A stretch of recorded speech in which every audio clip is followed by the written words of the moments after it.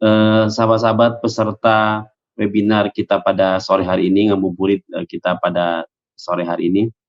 Terima kasih, kami ucapkan kepada sahabat-sahabat panitia, Aiduno ya, Aidunu yang sudah mengundang kami untuk bersama-sama ngabuburit, walaupun waktunya mungkin, terbatas karena memang satu hal dan kondisi. Yang kedua, saya mohon maaf belum sempat ngirim, materi kepada, panitia karena memang di tengah-tengah, kesibukan kami konsentrasi di Basnas, konsentrasi di NU, juga sedang mempersiapkan, kegiatan-kegiatan yang lainnya, saya sempat lupa untuk mengirimkan, materinya. Mudah-mudahan nanti saya, kirim untuk bisa diberikan kepada teman-teman atau bisa presentasikan.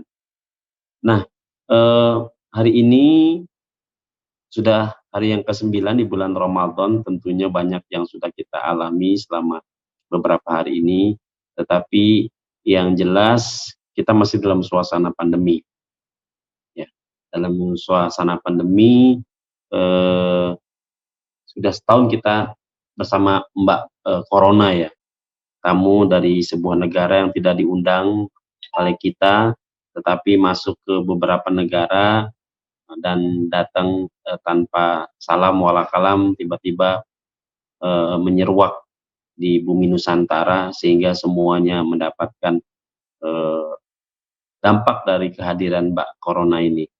Mudah-mudahan, Mbak Corona ini cepat, pulang ke kampungnya, mudik bersama lebaran ini, sehingga kita di Indonesia, bisa melaksanakan mudik dengan baik. Biasanya di tengah Idul Fitri kan pada mudik ya. Mudah-mudahan Mbak Corona ikut mudik juga, jangan dilarang oleh presiden dan oleh siapapun biar coronanya selesai gitu. Kira-kira teman-teman mudah-mudahan sepakat ya. Nah, teman-teman sekalian, sahabat-sahabat sekalian berbahagia, di tengah-tengah pandemi tentu ada pengaruh-pengaruh yang dialami oleh, semua anak bangsa, tidak hanya Indonesia, tapi seluruh dunia mengalami daripada problem pandemi COVID-19. Itu tentunya kondisi ini sangat berpengaruh pada sendi-sendi kehidupan yang ada, di, negara Indonesia khususnya dan, negara dunia pada umumnya. Nah, teman-teman sekalian, karena begitu lamanya, ya setahun buat kita ini cukup lumayan kaget lah di 6 bulan pertama dengan corona ini, tentu berdampak kepada nilai kehidupan. Pertama, kita sulit untuk bertemu, terbukti hari ini kita mestinya ketemu, ngopi bareng, bukber bareng, tetapi dengan kondisi ini kita terhalang. Tapi meskipun terhalang, kita ambil positif. Dulu kita, susah untuk bersilaturahmi, kita susah untuk melakukan seminar-seminar, karena harus butuh tempat, biaya yang besar dan sebagainya. Tetapi Mbak Corona itu ada satu hal yang memberikan nilai positif dalam kehidupan kita yang disebut dengan new era, yaitu kita bisa berkomunikasi dengan belahan dunia manapun dengan teknologi. Dan ini menjadi sebuah habit saat ini. Dan, ini semua menjadi, eee, kebutuhan ataupun, kebiasaan yang tanpa kita sadari ini menjadi sebuah, bentuk nilai-nilai kehidupan, kita di masa, saat ini dan mudah-mudahan, dengan adanya, corona kita bisa membuat, kebangkitan-kebangkitan kita lebih baik lagi. Nah, teman-teman, eee, Mas Wahyu sebentar ya, saya kirim ke Mas Wahyu ya. Mudah-mudahan bisa Baik, Pak. ya, saya kirim ke Mas Wahyu, mudah-mudahan bisa diinikan. Nah, itu sudah saya kirim, Mas Wahyu.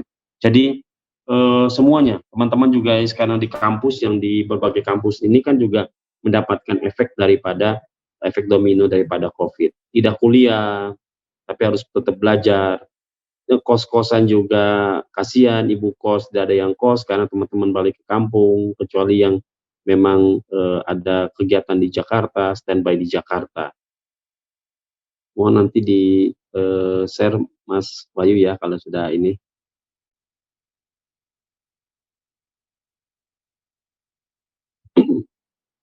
Ya, saya lanjut, lagi. Nah, Karena itu, efek-efek ini sekali lagi ini merupakan, yang kita alami daripada Covid, dan kita ambil positifnya. Kita upayakan kita sebagai seorang mukmin harus memiliki keyakinan. Idzal fata hasba i'tiqadihi rufi' wa kullu man lam ya'taqid lam yantafi. Kita harus memiliki keyakinan bahwa kita akan maju meski dalam kondisi apapun.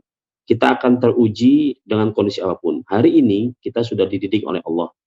Hari ini Allah sudah memberikan manajemen kehidupan kepada kita dengan tata kelola yang baik. Pandemi terjadi di setiap waktu dan zaman yang sudah lewat. Dan kondisi itu membuat zaman-zaman itu menemukan tata kelola kehidupannya yang baru.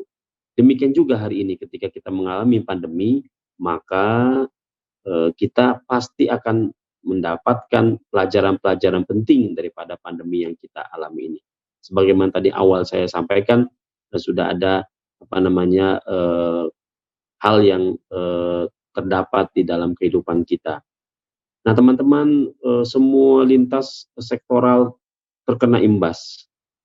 Masyarakat kecil kita, masyarakat miskin kita sekarang bertambah. Yang tadinya 26 juta, 28 juta, sekarang bertambah 9 juta. Jadi sekitar 30 lebih masyarakat kita yang menjadi fakir, miskin dari apa yang sudah terimbas daripada apa namanya Covid ini. Nah, ini kondisi yang kita alami saat ini, teman-teman.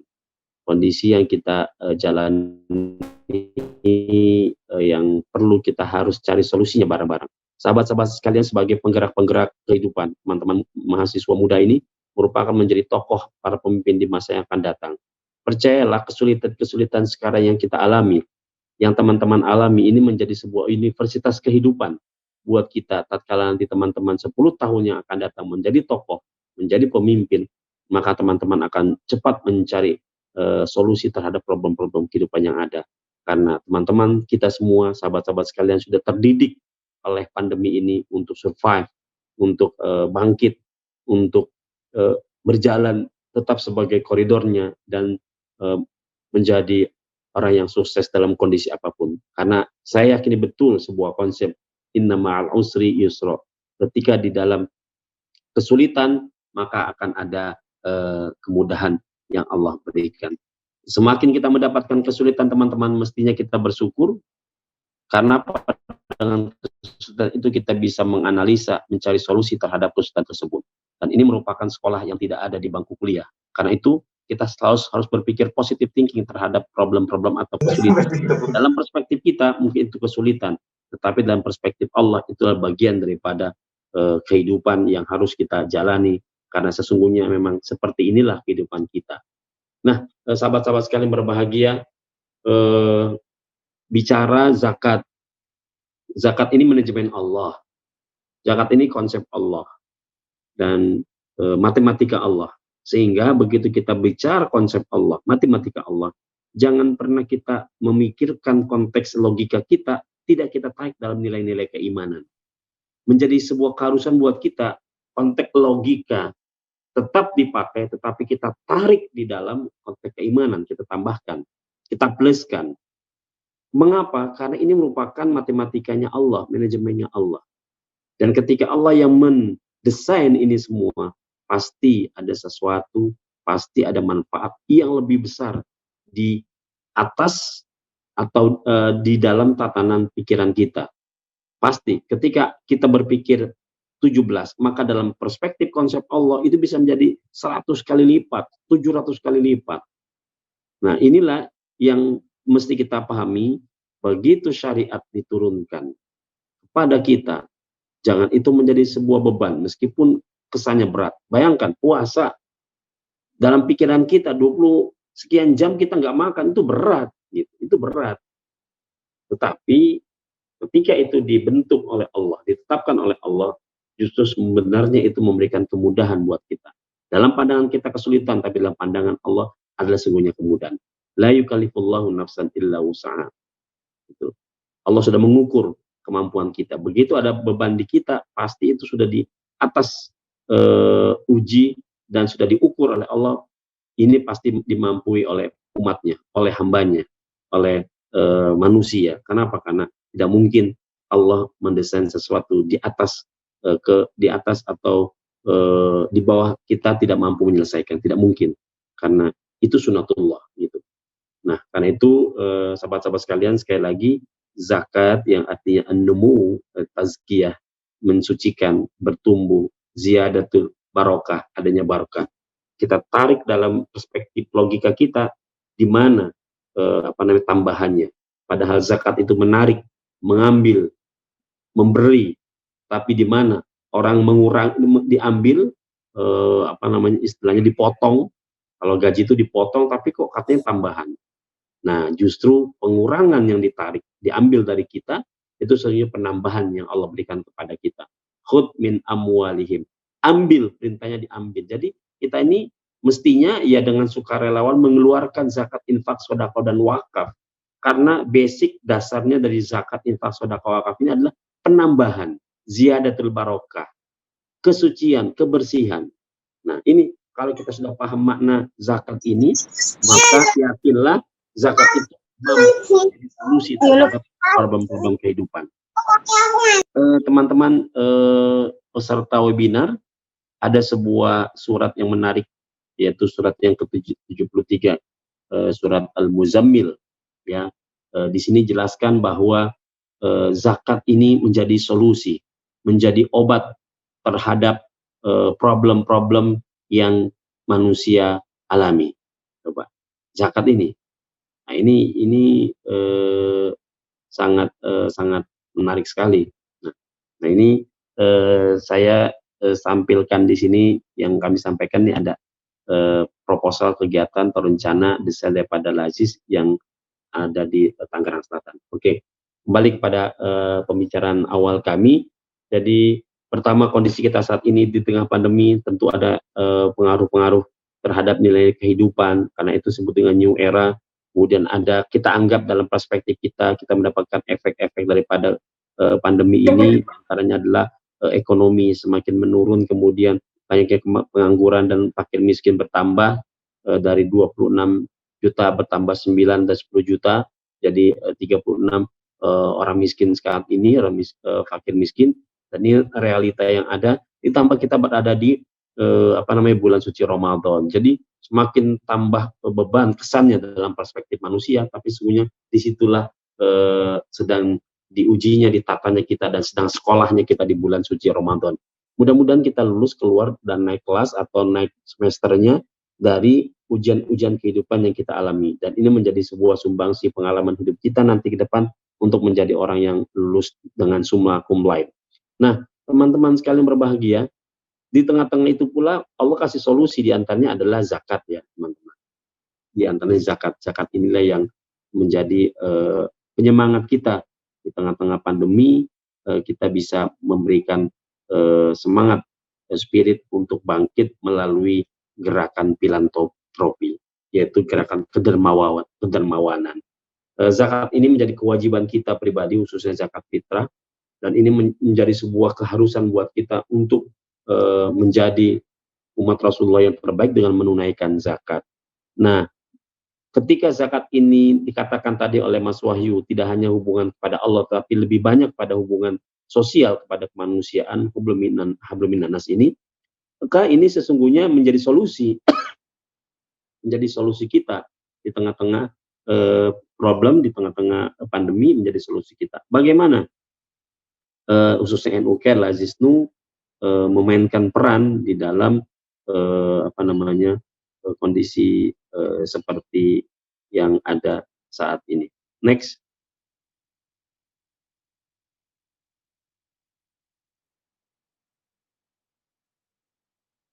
Nah, teman-teman, next.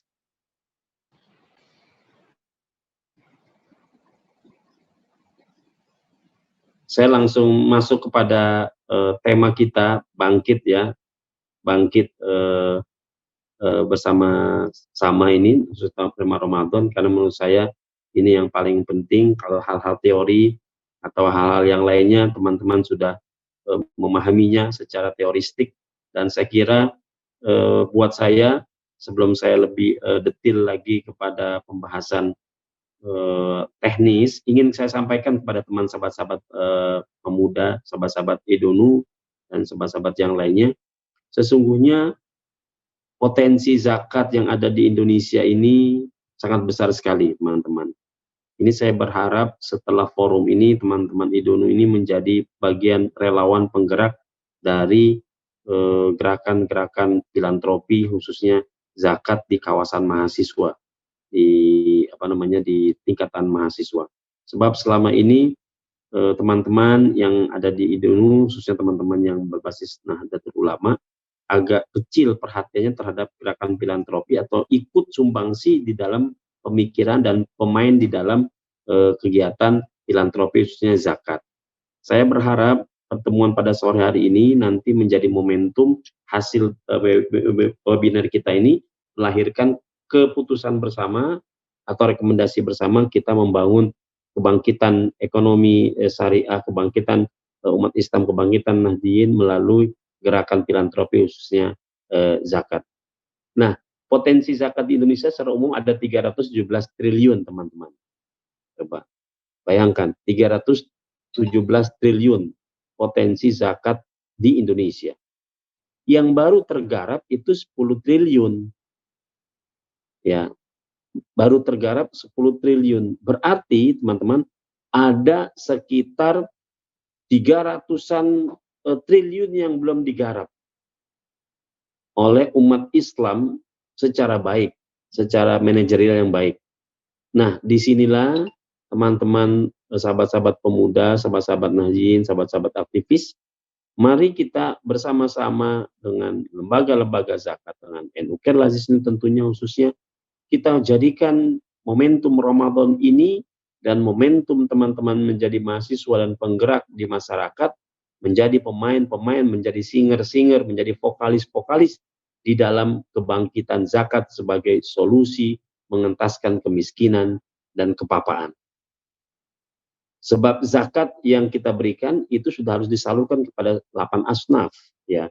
8 asnaf, fakir, miskin, amil, petugas. Jadi kalau teman-teman nanti setelah ini membuat gerakan zakat, kemudian melakukan fundraising, itu teman-teman berhak mendapatkan ujroh, karena teman-teman disebut amil. Tentunya harus berdasarkan regulasi, itu punya izin. NU Care Lazis sudah punya izinnya, jadi berhak untuk meng-create atau melakukan satu terobosan-terobosan pengembangan filantropi secara optimal dan secara manajerial dengan baik. Nah, kembali kepada pokok pembahasan bagaimana zakat kita khususnya di NU Care Lazis ini mampu memberikan sumbangsih terhadap nilai-nilai kehidupan di Indonesia khususnya. Nah, karena itu perlu ada strategi, teman-teman, untuk kita lakukan itu. Sebelum saya bicara strategi, tentunya di akhir nanti saya akan bicara strategi. Hari ini saya akan presentasi dulu, karena di sini saya juga bagian daripada gerakan zakat di NU Care, maka saya sampaikan tentang kebijakan-kebijakan daripada NU Care Lazis yang alhamdulillah teman-teman, NU Care Lazis itu sudah mengkolekting dana sekitar 1 triliun di seluruh Indonesia, ya. Kita punya cabang di setiap provinsi, perwakilan di setiap wilayah, kemudian di setiap cabang, di setiap kabupaten, kemudian kecamatan, kemudian kelurahan, dan titik-titik yang lainnya. Nah, karena itu ketika infrastruktur ini kita miliki, ini menjadi sebuah kekuatan. Modal dasar daripada kita adalah adanya infrastruktur yang dari tingkat pusat sampai ke tingkat bawah itu terdata, terstruktur dengan baik sekali. Tinggal bagaimana mengengineer, menguatkan power pergerakan ini supaya ini menjadi lebih kuat lagi, lebih cepat lagi, sehingga potensi-potensi fundraising, potensi-potensi yang lainnya bisa lebih clear dan lebih dapat dengan baik sekali. Nah, untuk itu sebagai lembaga yang berada di bawah naungan organisasi Nahdlatul Ulama, tentunya kita menjadi bagian daripada Khadimul Ulama, menjadi penggerak-penggerak daripada ulama-ulama yang ada di Indonesia. Karena itu sahabat-sahabat sekalian, disinilah perlunya ada pemetaan, penguatan. Ada 3 hal problem yang kita alami di Indonesia secara umum, khususnya di lembaga filantropi. 3 hal itu adalah pertama, tentang tata kelola SDM, sumber daya manusia. Ini dengan potensi 317 triliun dan baru tergarap 10 triliun di seluruh Indonesia dalam gerakan zakat ini, berarti masih ada potensi-potensi yang bisa diisi oleh teman-teman dengan cara meningkatkan kapasitas kita masing-masing ini menjadi amil-amil zakat, menjadi penggerak-penggerak filantropi dengan menjadi amil zakat dimanapun. Dan ini ada sekolahnya teman-teman. Teman-teman yang ingin menjadi amil zakat bisa mengambil sertifikasi. Yang sertifikasi ini memiliki sertifikasi keahlian yang itu memang memiliki kemanfaatan. Saya berharap teman-teman bisa mengambil sertifikasi ini, khususnya di Basnas, ada lagi di BNSP, kemudian ada lagi di Poros, dan di mana-mana. Maka ini menjadi sebuah pintu masuk kita untuk menjadi pengelola secara profesional. Kemudian ada problem kita yaitu tata kelola manajemen. Teman-teman yang tidak pernah dari pesantren mungkin sudah khatam bab zakat, tetapi dalam tata kelola manajemen itu masih perlu ada peningkatan dan upgrade. Nah, teman-teman yang dari kampus-kampus umum yang sudah pengalaman di bidang kemanajemenan, bidang umum, maka harus ditambahkan dengan kompetensi keagamaan atau fikih-fikih zakatnya. Nah, tata kelola ini perlu dikuatkan. Kemudian yang ketiga adalah tata kelola IT. Ya, ini penting. Zamannya 4.0. Sekarang ini orang tidak mesti, apalagi di pandemi, orang tidak mesti sodako datang ke tempat tertentu, tapi cukup dengan online, dengan handphone, dengan apa sudah bisa berdonasi. Nah, kita di NU Kerlajisnu punya prinsip-prinsip manajemen mutu, yaitu dengan yang kita sebut dengan mantap, yaitu modern, akuntabel, kemudian transparan, kemudian profesional, mantap, profesional, transparan, dan sangat terbuka. Nah, ini salah satu menjadi mutu kita, yang menjadi spirit ruh daripada kegiatan setiap napas dari teman-teman di NU Kerlajisnu. Next. Lanjut. Nah, kita punya 9 saka program teman-teman. 9 saka program teman-teman bisa lihat di sini ada Nusantara Berkah, Nusantara Cerdas, ada Nusantara Tanggap, Nusantara Bahagia, Nusantara Bisa, Nusantara Terampil, Nusantara Berdaulat, dan sebagainya. 9 saka yang digagas oleh kita ini mempunyai concern kepada lingkungan masyarakat akar rumput. Karena memang tadi saya katakan kita infrastruktur kita ada dan sangat mungkinkan sekali ini untuk kita pemberdayaan, empowering community based on zakat program. Ini bisa kita lakukan. Next. Nah, ini saya fokus di peta di Tangerang ya teman-teman, karena ini saya ingin mengajak teman-teman, mari kita memulai dari hal sifatnya lokal. Karena UI, teman-teman di Depok, teman di mana saja pasti punya kawasan. Nah, ini saya kasih contoh teman-teman yang ada di Tangerang Selatan ya. Mari kita desain di mana kita berada, di mana kita tinggal, ini menjadi spirit kita untuk menjadi kita pemain di dalam filantropi, atau teman-teman menjadi vokalis atau menjadi singer untuk menjadi tokoh pemuda yang melakukan gerakan-gerakan filantropi. Saya kira ini penting dan harus menjadi pilot project. Saya ambil contoh Tangerang Selatan ini. Nah, spirit kemandirian ini harus dijadikan sebuah pegangan. Tadi yang saya bilang di awal, saya baca syair, idil fata hasba'tika bihir rufi' wa kullu man lam ya'takid lam yantafi'. Nah, ini menjadi sebuah password kita, bahwa kita harus yakin betul pemuda ini adalah tokoh dan menjadi pemimpin di masa yang akan datang. Nah, landasan digalakkan oleh kita dalam kegiatan ekonomi dan bisnis, terutama dalam menghadapi era digital ini, dengan berkonsep pada mabadi khair ummah.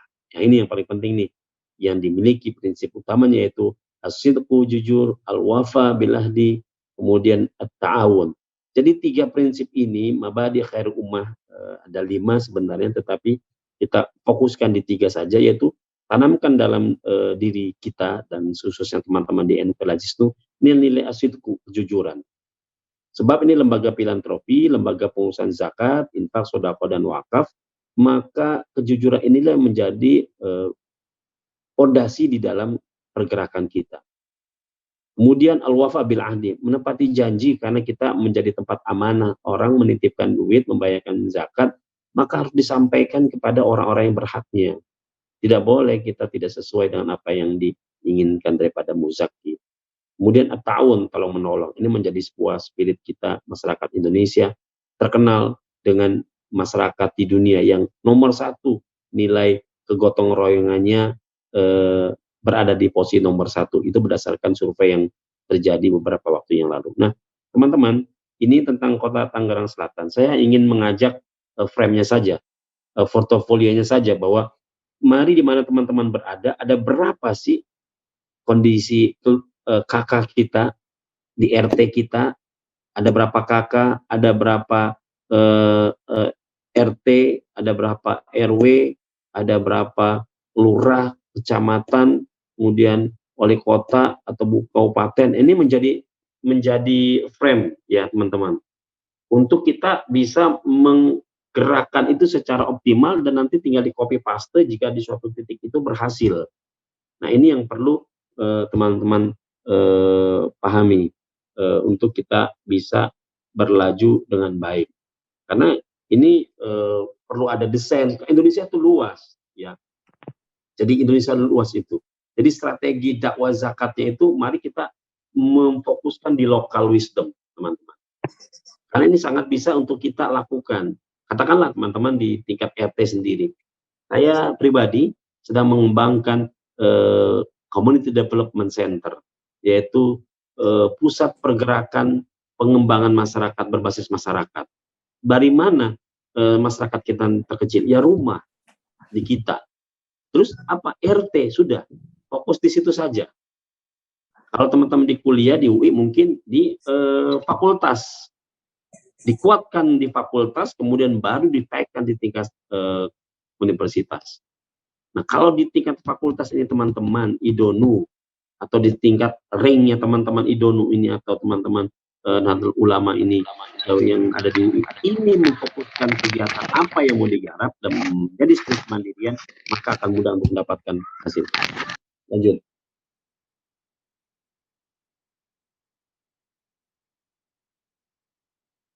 Lanjut.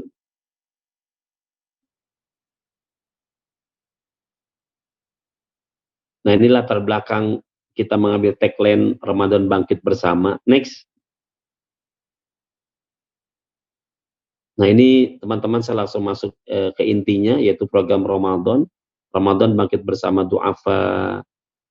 Karena tadi teman-teman tahu betul kemiskinan bertambah, anak yatim, kemudian penyintas bencana. Tentu kita nih ada dapat bencana, tidak hanya bencana COVID, tapi juga kita tahu ada saudara-saudara kita yang kena bencana di Malang, di Sulbar, di NTT, di di beberapa titik yang akhir-akhir ini kita dengar. Maka mari kita ajak di tengah Ramadan kebangkitan ini bersama mereka. Kemudian santri dan guru ngaji, karena ini menjadi core kita, yaitu pesantren, tentunya ada unsur karakter yang ada di pesantren, yaitu santri dan guru atau kiai. Takmir masjid dan musola ini menjadi penting teman-teman bangkit bersama. Mari kita jaga masjid-masjid kita. Di Universitas Indonesia perlu dijaga masjidnya. Jangan sampai ditinggali, karena apa, nanti mereka kelompok-kelompok lain masuk, akhirnya teman-teman tidak bisa memberikan pengaruh kebaikan, menyebar kebaikan secara berjamaah. Karena apa? Karena tidak memiliki power dalam mengatur tata kelola masjid di kampusnya masing-masing paling tidak, atau di masyarakatnya masing-masing. Kemudian Ramadan bersama pahlawan COVID, kemudian penggerak UMKM, petani dan nelayan bersama difabel. Nah, ini bagaimana bentuk programnya? Nah, ini menjadi penting teman-teman. Sini ada beberapa hal yang kami presentasikan, yaitu seperti berbagi THR, kemudian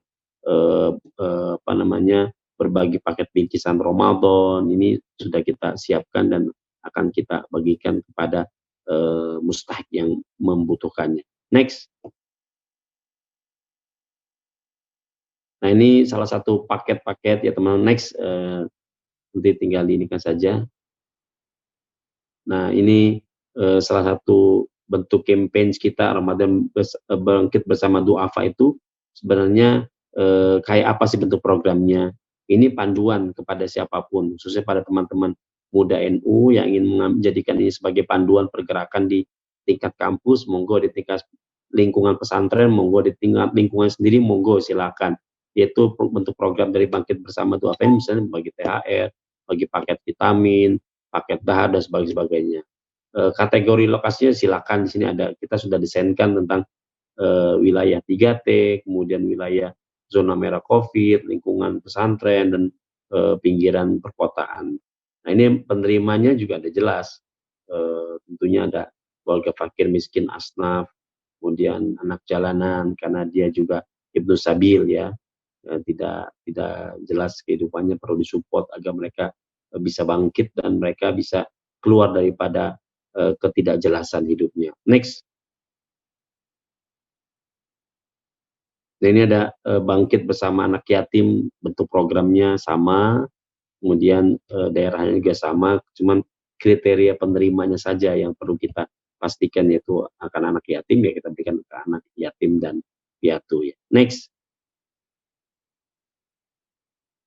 Penyintas bencana, tentu teman-teman kita tahu masyarakat kita terimbas daripada COVID ini, ya sampai ada yang dipecat dari kantornya, sampai tidak punya memiliki lahan ekonomi lagi, dan sampai tidak mampu memberikan yang terbaik kepada keluarganya karena memang kondisi yang serba terbatas, serba minim, sehingga ini menjadi sebuah kesulitan buat teman-teman masyarakat kita bergerak mencari kehidupan. Next.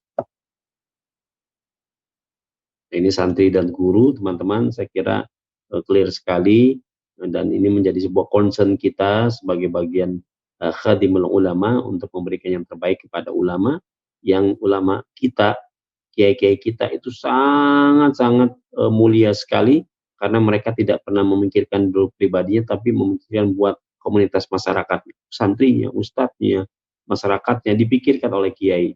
Kadang kiai tidak memikirkan dirinya, kadang kiai sedikit lebih banyak memikirkan kepada orang lain. Nah, kemudian next, Bangkit Bersama Penggerak Masjid dan Musola. Ini menjadi penting buat kita. Kenapa? Karena disinilah kita bisa menempa daripada spiritualitas kita, dan takmir masjid ini menjadi bagian yang harus kita kawal agar mereka yang mengantarkan kita sadar untuk ke masjid, ya kan takmir masjid. Subuh-subuh kita dibangunkan, subuh-subuh kita diingatkan, ya mereka-mereka ini adalah pahlawan yang sesungguhnya mengantarkan kita kepada kebaikan. Justru harusnya kita memberikan atensi kepada mereka secara optimal. Ada sebuah hadis, teman-teman, menarik, bahwa nanti di akhirat malaikat akan mudah menandai seseorang dan akan cepat memproses di dalam masuknya dia ke surga. Siapa itu? Adalah orang yang lehernya panjang. Tiba-tiba di akhirat lagi antri gitu, ada malaikat melihat langsung, oh itu masuk duluan, gak usah ngantri, ke sini langsung. Oh, orang akan kaget, ini tiba-tiba orang di belakang kok suruh maju duluan oleh malaikat. Ternyata malaikat melihat orang ini lehernya panjang. Apa sebabnya lehernya panjang orang ini? Ternyata kerjaannya tukang azan gitu. Azan. Dan dalam hadis dinyatakan bahwa mereka orang-orang yang istiqomah menjadi muadzin di masjid-masjid, dia akan menjadi penjamin dan akan masuk surga karena lehernya panjang. Itu bagian yang azan doang. Bagaimana ya imam? Bagaimana yang mukul beduk? Jangan-jangan tangannya panjang gara-gara mukul beduk, ya kan? Oh itu tangannya panjang, masuk duluan. Kenapa? Dia pukul beduk. Tapi kan nggak semua masjid ada pukul beduknya, dan tidak. Saya belum menemukan hadisnya. Yang ada hadisnya adalah orang-orang yang adzan leher yang panjang karena keistiqomahannya dan dia mendapatkan balasan. Nah, ini semuanya bentuk program, kategori, dan kriteria penerimanya sudah disebutkan. Next.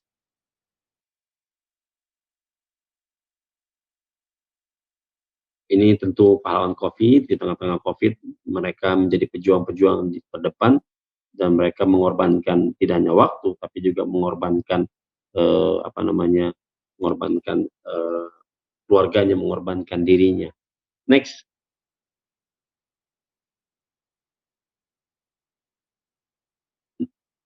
Nah, ini untuk penggerak UMKM, siapa tahu mahasiswa ingin menjadi penggerak UMKM, monggo silakan kita membangun kebangkitan bersama ini.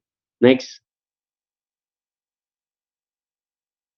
Nelayan petani, jelas masyarakat kita lebih banyak menjadi petani dan juga nelayan di pesisir dan di pegunungan. Nah, ini menjadi corak daripada gambaran potret masyarakat Indonesia secara luas dan secara umum. Next. Difabel, teman-teman, ada tunanetra, ada sekitar, kalau di Jakarta ada sekitar 600 lebih yang terdata tunanetra. Mereka dalam kondisi begini kan sudah susah untuk memijit ya, rata-rata tukang pijit. Kan sudah tidak boleh mijit. Kenapa? Karena ada persentuhan. Akhirnya mereka apa? Tidak menerima order, tidak menerima pasien, atau tidak menerima tamu untuk dipijit. Kemudian yang difabel lainnya, mereka sudah tidak bisa lagi berjualan. Kemudian tidak bisa melakukan kerja-kerja ekonominya, dan ini menjadi sebuah realitas. Next. Nah, teman-teman, ini beberapa program yang menjadi diinisiasi oleh teman-teman LK Lajisnu untuk bangkit bersama di tengah-tengah pandemi melalui gerakan Cinta Zakat. Gerakan Cinta Zakat ini untuk universal, untuk semuanya. Teman-teman yang hadir pada webinar kali ini bisa menjadi penggerak cinta kebangkitan zakat dan menjadi singer dan vokalis-vokalis yang mampu melantunkan lagu-lagu kemanusiaan, lagu-lagu filantropi untuk membangun kemasyarakatan kita secara maslahat. Dan bagaimana ini semua desainnya sudah ada, kemudian program sudah ada, semua disiapkan, maka harus ada strategi, teman-teman. Nah, strategi inilah yang perlu teman-teman lakukan. Mengapa saya tadi mengambil local wisdom? Karena berbagai daerah berbeda dengan daerah yang lainnya. Disinilah dibutuhkan kearifan untuk melakukan strategi-strategi penetrasi, distribusi, sosialisasi, literasi tentang sadarnya zakat sebagai sumbangsi pengentasan kemiskinan, kepapaan, dan mensejahterakan umat. Hari ini, tadi siang, saya dari pagi sampai siang ada webinar tentang kesadaran syariah, kebangkitan ekonomi syariah. Salah satunya adalah menyebutkan potensi gerakan zakat ini yang sampai 400 triliun, 317 triliun. Ini menjadi sesuatu sekali jika seluruh anak bangsa memiliki kesadaran akan pentingnya zakat dan kuatnya tata kelola zakat, dan teman-teman pemuda sekarang ini menjadi amil-amil, menjadi staf-staf atau menjadi penggerak-penggerak di lembaga zakat, sehingga nanti ketika teman-teman menjadi pemimpin sudah merasakan spirit sosialitas yang tinggi, merasakan ruh daripada berbagi, merasakan satu kesatuan di dalam memberikan kemanfaatan buat manusia. Jadi strateginya adalah mari kita bersama-sama bergotong royong, kita desain local wisdom. Kemudian akhir daripada ungkapan saya adalah selemah apapun kita jika bersinergi dan berkolaborasi pasti kuat. Sekuat apapun kita jika sendiri-sendiri tidak akan berarti. Demikian dari saya, Mas Wahyu, yang bisa saya sampaikan. Mohon maaf agak panjang lebar. Mudah-mudahan waktu yang sangat sederhana ini bisa memberikan sumbangsi pemikiran, dan ini menjadi jihad kita mengentaskan kemiskinan, membangun kesejahteraan melalui gerakan filantropi zakat khususnya. Ini teman-teman Tangsel ya yang kami infokan, karena ini menjadi gambaran yang sangat sederhana biar teman-teman bisa mendesain ini di copy paste di daerahnya masing-masing dimanapun kita berada.